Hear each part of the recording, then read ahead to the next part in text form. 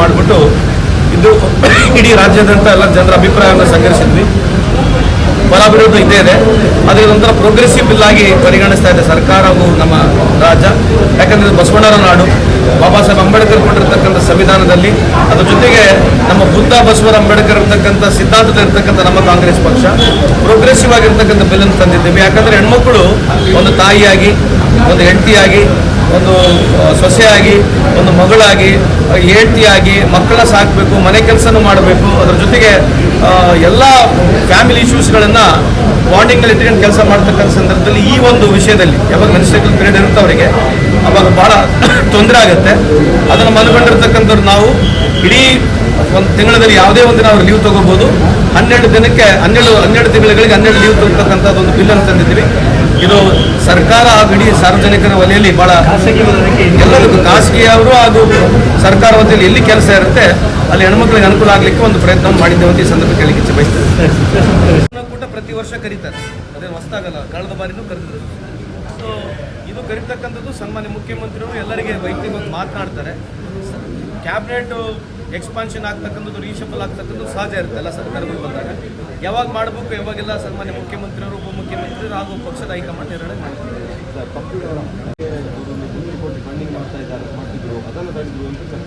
ಇಲ್ಲ ಹಂಗಲ್ಲ, ನೀವು ಅಜಿತ್ ಪವಾರ್ ಇದ್ರಲ್ಲ, ಅಜಿತ್ ಪವಾರ್ ಮೇಲೆ 60,000 ಕೋಟಿ ಅವ್ರಿಗೆ ಏನಿತ್ತು ಅವ್ರ ಮೇಲೆ ಆರೋಪ ಇತ್ತು.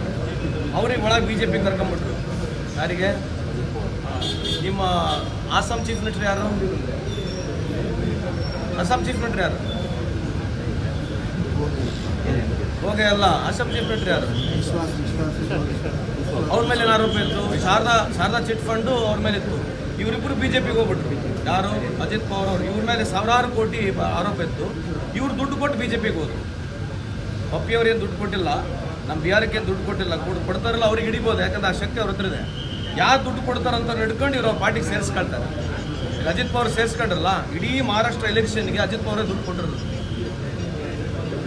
ಫೆರಾ ಇಡಿಗಳು ಇವರೇ ರೈಡ್ ಮಾಡ್ತಾರೆ. BJP ಸರ್ಕಾರನೇ ಅಜಿತ್ ಪವಾರ್ ಸಾಹೇಬರಿಗೆ ಆರೋಪದಲ್ಲಿ ಇದ್ದಾರೆ ಅಂತ ಹೇಳಿ ವರದಿ ಕೊಟ್ಟಿರ್ತಕ್ಕಂಥದ್ದು ಕೇಂದ್ರ ಸರ್ಕಾರ. ಅವ್ರನ್ನ ಚಾರ್ಜಸ್ ಫ್ರೇಮ್ ಮಾಡಿದ್ರು. ಯಾರು ಫ್ರೇಮ್ ಮಾಡಿದ್ರು ಚಾರ್ಜಸ್ಸು? ಕೇಂದ್ರ ಸರ್ಕಾರದ ಇರ್ತಕ್ಕಂಥ ಇನ್ಸ್ಟಿಟ್ಯೂಷನ್ಗಳು ಅವ್ರ ಮೇಲೆ ಫ್ರೇಮ್ ಮಾಡಿದ್ರು. ಅವ್ರು BJPಗೆ ಹೋಗಿದ ತಕ್ಷಣ ವಾಷಿಂಗ್ ಪೌಡರ್ ನಿರ್ಮಾಣದಲ್ಲಿ ತೊಳೆದ್ಬಿಟ್ರು. ಅವ್ರಿಗೆ ಮಿಷಿನ್ ಇದೆ, ಅವ್ರ ಹತ್ರ ಮಿಷಿನ್. ಯಾರು ಕರಪ್ಟ್ ಇರ್ತಾರೆ ಆ ಮಿಷನಲ್ಲಿ ಹಾಕ್ತಾರೆ ಅವರು. ಕರಪ್ಟ್ ಇರತಕ್ಕಂಥ ಚಾರ್ಜಸ್ ಯಾರ ಮೇಲೆ ಫ್ರೇಮ್ ಮಾಡ್ತಾರೆ. 25 ರಾಜಕಾರಣಿಗಳಿಗೆ ಈ ರೀತಿ ಫ್ರೇಮ್ ಮಾಡಿರ್ತಕ್ಕಂಥ ಚಾರ್ಜಸ್ನ ಅವ್ರದ್ದು ವಾಷಿಂಗ್ ಪೌಡರ್ ನಿರ್ಮಾ ಅಂತ ಒಂದಿದೆ ಅವರು. ಅದರಲ್ಲಿ ಹೋಗ್ಬಿಟ್ಟು ತೊಳೆದು ಬಿಡ್ತಾರೆ ಅವ್ರಿಗೆ. ಅಲ್ಲಿ ಯಾವಾಗ BJPಗೆ ಹೋಗ್ಬಿಡ್ತಾರೆ ಎಲ್ಲರೂ ಪ್ರಾಮಾಣಿಕರಾಗ್ಬಿಡ್ತಾರೆ. ಯಾರು ಭ್ರಷ್ಟಾಚಾರದಲ್ಲಿ ಇರೋದಿಲ್ಲ. BJP ಬಂದಾಗಲಿಂದ ಇಲ್ಲಿವರೆಗೆ ದೇಶದಲ್ಲಿ ಯಾರು 1 ರೂಪಾಯಿ ಎಲ್ಲಿ ಭ್ರಷ್ಟಾಚಾರನೇ ಇಲ್ಲ. ಆ ರೀತಿ ನಡೀತಾ ಇದೆ ನೋಡಿ. ಆಮೇಲೆ ಭ್ರಷ್ಟಾಚಾರ ರ್ಯಾಂಕಿಂಗ್ನಲ್ಲಿ ನೋಡಿ, ದೇಶದಲ್ಲಿ ಇಲ್ಲಿ ಪ್ರಪಂಚದಲ್ಲಿ ಭ್ರಷ್ಟಾಚಾರ ರ್ಯಾಂಕಿಂಗ್ನಲ್ಲಿ ದೇಶದಲ್ಲಿದೆ ಅಂತ ಸ್ವಲ್ಪ ಚೆಕ್ ಮಾಡಿ ನೋಡಿ. ಯಾಕಂದರೆ ಇಲ್ಲಿ ಇರ್ತಕ್ಕಂಥ ಪ್ರಜ್ಞಾವಂತರು ತಾವೆಲ್ಲರೂ ಸ್ವಲ್ಪ ಚೆಕ್ ಮಾಡಿ ನೋಡಿ. ಭ್ರಷ್ಟಾಚಾರದಲ್ಲಿ, ಫ್ರೀಡಮ್ ಆಫ್ ಸ್ಪೀಚ್ನಲ್ಲಿ ನಾವು ಎಲ್ಲಿದ್ದೀವಿ, ಹಂಗರ್ ಇಂಡೆಕ್ಸ್ನಲ್ಲಿ ಎಲ್ಲಿದ್ದೀವಿ, ಪಾವರ್ಟಿ ಇಂಡೆಕ್ಸ್ನಲ್ಲಿ ಎಲ್ಲಿದ್ದೀವಿ, GDPಯಲ್ಲಿ ಎಲ್ಲಿದ್ದೀವಿ.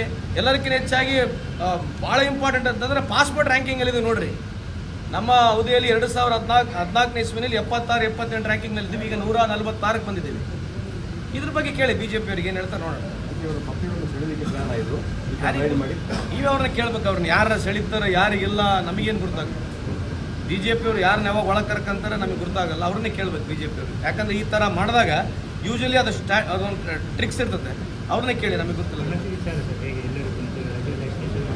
ಮಾಡಿದ್ದೀವಿ 70-80% ಮೇಲೆ ಆಲ್ರೆಡಿ ಆಗಿಬಿಟ್ಟಿದೆ ನೋಡಿ. ಇದು ಯಾವುದು ಜಾತಿ ಗಣತಿ ಅಲ್ಲ, ಇದು ಶೈಕ್ಷಣಿಕ, ಸಾಮಾಜಿಕ, ಆರ್ಥಿಕ ಇರ್ತಕ್ಕಂಥ ಇದು ಒಂದು ಏನು ಸಮೀಕ್ಷೆ ಇದೆ. ಇದು ಭಾಳ ಬ್ಯೂಟಿಫುಲ್ ಆಗುತ್ತೆ. ಇದರಲ್ಲಿ ಸಿದ್ದರಾಮಯ್ಯನವರಾಗಿರಲಿ, ಸರ್ಕಾರ ಆಗಿರಲಿ, ಸಮಾಜಗಳು ಹೊಡೆದಾರೆ ಅಂತಕ್ಕಂಥ ಏನು ಸುಳ್ಳು ಹೇಳ್ಕೊಂಡು ತಿರುಗಾಡ್ತದೆ BJP ಅವರು. ಇವತ್ತು ಕೇಂದ್ರ ಸರ್ಕಾರನೇ ಮಾಡ್ತಾ ಇದೆಯಲ್ಲ.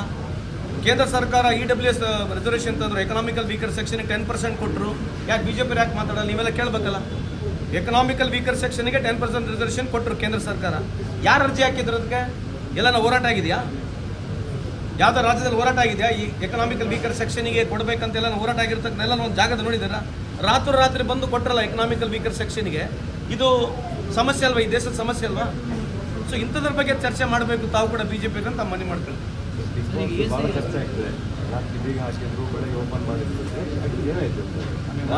ಮಾಹಿತಿ ಅಂತೂ ಇಲ್ಲ. ನಿಮಗೇನು ಮಾಹಿತಿ ಕೊಡ್ತಾ ಇದ್ದೀರಿ ಅದು ಅಲ್ಲಿರ್ತಕ್ಕಂಥದ್ದು ಎನ್ವೈರ್ಮೆಂಟ್ ಕ್ಲಿಯರೆನ್ಸ್ ಇಲ್ಲ, ಫಾರೆಸ್ಟ್ ಕ್ಲಿಯರೆನ್ಸ್ ಅಂತಕ್ಕಂಥ ಒಂದು ವಾದ.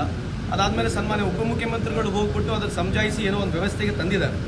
ಸೊ ಅದು ಖಂಡಿತವಾಗ್ಲೂ ಬಿಗ್ ಬಾಸ್ ನಡೀತಕ್ಕಂಥದ್ದು ಉದ್ದೇಶಪೂರ್ವಕವಾಗಿ ಏನು ನಾವು ನಿಂದಿಸ್ತಕ್ಕಂಥದ್ದೇನು ಅವಶ್ಯಕತೆ ಇರಲಿಲ್ಲ. ಐ ಥಿಂಕ್ ಯಾರು ನಮ್ಮ ಖಂಡ್ರೆ ಸಾಹೇಬರು ಯೂಶಲಿ ನೋಟಿಸ್ಗಳೆಲ್ಲ ಕೊಟ್ಟಿರ್ತಾರೆ.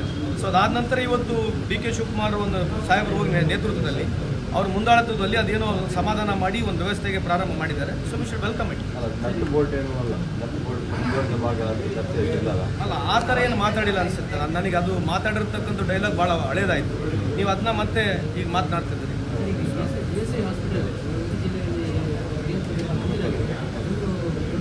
ಇಲ್ಲ, ESI ಆಸ್ಪತ್ರೆ ಅಲ್ಲ, ಅದು ಅವ್ರು ಡಿಸ್ಪೆನ್ಸರಿ ಬಗ್ಗೆ ಹೇಳಿದ್ದಾರೆ. ಆಸ್ಪತ್ರೆ ಆಗಬೇಕಂತಂದ್ರೆ ಕೇಂದ್ರ ಸರ್ಕಾರ ಮಾಡ್ತಕ್ಕಂಥದ್ದು. ಮಾಡಿದರೆ ಜಾಗ ಅವರೇ ಕೊಡಬೇಕು. ಯೂಶಲಿ ಏನಾಗುತ್ತೆ, ಒಂದು ಆಸ್ಪತ್ರೆ ಆಗಬೇಕಂದ್ರೆ 50,000 IP ಹೋಲ್ಡರ್ಸ್ ಇರಬೇಕು. It should have 50,000 IP holders. That's ಮಾನದಂಡ ಅವ್ರು ಮಾಡಿರ್ತಕ್ಕಂಥದ್ದು. ಅದು IP ಹೋಲ್ಡರ್ಸ್ ಇದ್ರೆ ಮಾಡಬೇಕು. ಅಲ್ಲ, ನೀವು ಹೇಳಿರ್ತಕ್ಕಂಥದ್ದು ನಾನು I am ready to accept. If there is more than 50,000 automatic ಅವರೇ ಮಾಡಬೇಕು. ಯಾರು ಕೇಂದ್ರ ಸರ್ಕಾರನೇ ಮಾಡಬೇಕು. ಯಾಕಂದ್ರೆ ನಮ್ಮ ದುಡ್ಡಲ್ಲಿ ಹೋಗ್ತಾ ಇದೆ, ಅವ್ರ ದುಡ್ಡೇ ನಮಗೆ ಬರ್ತಾ ಇಲ್ಲ. ನಮ್ದೇನು ಅದು ಬರುತ್ತೆ, ನಾವು ರೆಕಮೆಂಡ್ ಮಾಡಿ ಕಳಿಸಿದ್ದೀವಿ. ನಾವೇನು ಹೇಳಿದೀವಿ ಅಂತಂದರೆ, ಕೆಲವು ಜಿಲ್ಲೆಯಲ್ಲಿ 50,000 ಇರಲಿಕ್ಕಿಲ್ಲ, 2 ಜಿಲ್ಲಾ ನಡುವೆ ಒಂದು ಮಾಡಿಕೊಡಿ. ಯಾಕಂದ್ರೆ ದುಡ್ಡು ನಮ್ಮದೇ ಹೋಗೋದು. ESIಗೆ ನಮ್ಮ ದುಡ್ಡು ಹೋಗ್ತಕ್ಕಂಥದ್ದು ಸುಮಾರು ವರ್ಷದಲ್ಲಿ 1200 ಕೋಟಿ ಹೋಗ್ತದೆ. ನಮಗೆ ಅಲ್ಲಿಂದ 400 ಕೋಟಿನೂ ಬರಲ್ಲ ವರ್ಷಕ್ಕೆ. ಅದಕ್ಕೆ ಈಗ ಏನು ಮಾಡಿದ್ವಿ, ESI ಕಾರ್ಪೊರೇಷನ್ ಇತ್ತು, ಒಂದು ತೆಗೆದುಬಿಟ್ಟು ಸೊಸೈಟಿ ಮಾಡಿದ್ವಿ, ಸೊ ದುಡ್ಡು ಜಾಸ್ತಿ ಬರಲಿ ಅಂತೇಳಿ. ಸೊ ನಾವೆಲ್ಲ ಎಲ್ಲ MP ಗಳು ಕೂಡ ಲೆಟರ್ ಬರೆದಿದ್ದೇವೆ, ರಾಜ್ಯಸಭಾ ಮೆಂಬರ್ಗಳು ಲೆಟರ್ ಬರೆದಿದ್ವಿ, ಶೋಭಾ ಕರಂದ್ಲಾಜೆ ಮೇಡಮ್ ಕೂಡ ಲೆಟರನ್ನು ಮನವಿ ಮಾಡ್ಕೊಂಡಿದ್ದೇವೆ. ಇಲ್ಲಿ ಆಸ್ಪತ್ರೆ ಕೊಡಿ, 50,000 ಕಮ್ಮಿ ಇದ್ದರೂ ಕೂಡ ಆಸ್ಪತ್ರೆ ಕೊಡಿ ಅಂತೇಳಿ ನಾವು ರಿಕ್ವೆಸ್ಟ್ ಮಾಡ್ಕೊಂಡಿದ್ದೀವಿ. ಅದೇ ರೀತಿ ಪೋಸ್ಟಿಂಗ್ ಕೊಡಬೇಕು, ಅವ್ರಿಗೆ ರಿಕ್ವೆಸ್ಟ್ ಮಾಡ್ಕೊಂಡಿದ್ದೀವಿ. ಕೆಲವು ಸಂದರ್ಭದಲ್ಲಿ ಹಾಸ್ಪಿಟಲಲ್ಲಿ ಈ ಥರ ತೊಂದರೆ ಇದ್ದರೆ replacement of doctor I can do it.